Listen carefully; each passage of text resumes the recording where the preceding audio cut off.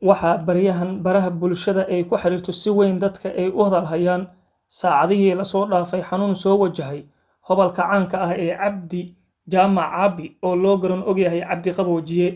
kaasi oo la xanuunsanaya cudurka COVID-19 iyadoo dadka qaar ay barahaasi ku soo qoreen in hobalka loo sheegay in waqtiga noloshiisa ugu harsan ay tahay mid kooban.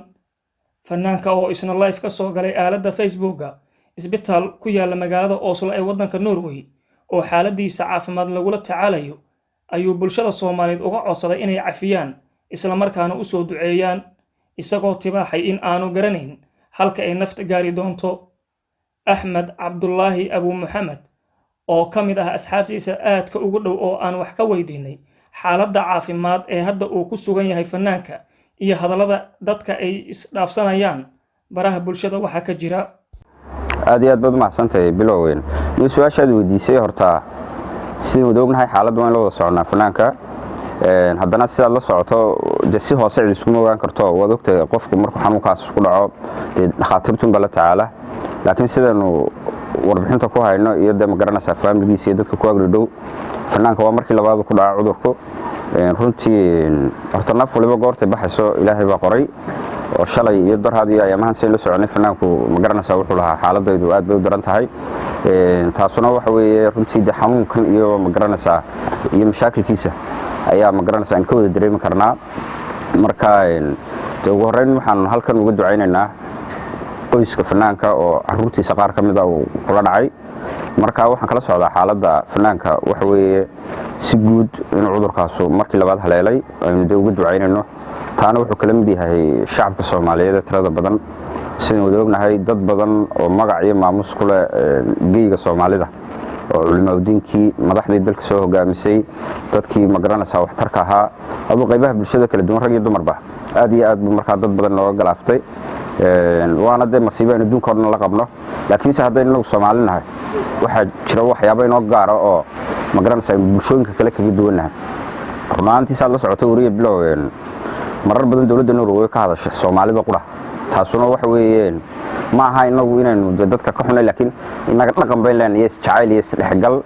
marka dhaqankeeni iyo isku gudubkii iyo dhexgalkii iyo isku imaantikii ayaa runtii iyo wax is waafaqi waayay xanuunkan hadda jira marka shacabka Soomaaliyeed waxaan ugu baaqayaa meel kasta joogaan inay qaataan awaamiirta iyo talooyinka caafimaad ee laga soo jeedinayo meelaha ay ku sugan yihiin khaasatan shacabka Soomaaliyeed reer Norway wadogtiino aad bay dawladdu uga hadashay maalmo dhexdeed waxaan xasuustaa Oslo mar boolis ba loo soo diray xaafadda dhan oo maaragtay dadkii iyo maqaaxiyaha iyo kulamada laga kari waayay marka kulli intaan fanaanka kala soconaa waxa weeye waa cudurka hadda ma garanaysaa haya oo aad u daran dawaan u ducaynaynaa shacabka Soomaaliyeed waxaan ka codsanaynaa inay dhamaantood u duceeyaan horta waxa weeye maanta waxaan joognaa caasimadii labaad ee Bergen oo runtii mawduucan waxaan u qabanaynaa inaynu maaragtay aynu ka xunnahay dhibka ku dhacay walaalkeen fanaanku wuxuu ka soo hadlay Facebook live saynu wada ognahay waxaanu ka soo dareen celiyay sida dhakhaatiirtu u sheegaan shalay toole in la yiri ma garanaysaa waqtiga waa gabagabo taasuna waxa weeye horta ilaahay baa og goortu ma garanaysaa fanaanku teeniyatiisu way siman tahay fanaanku tiraba dhowr jeer buu ka soo hadlay oo dadka ka codsaday cafis iyo duco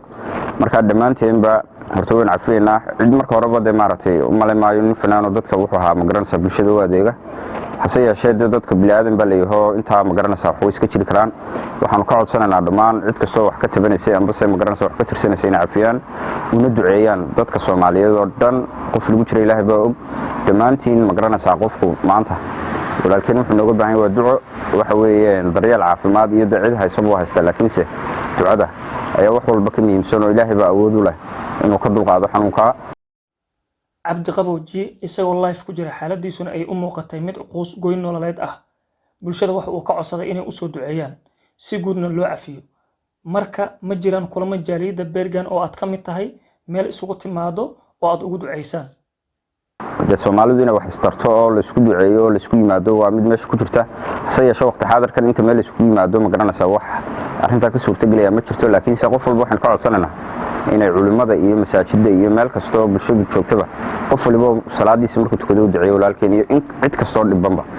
bulshada Soomaaliyeed meel kasta oo ay joogaanba maxaad kula dardaarmi lahayd si looga fogaado waxyeelada halista badan ee uu wato xanuunkan dilaaga ah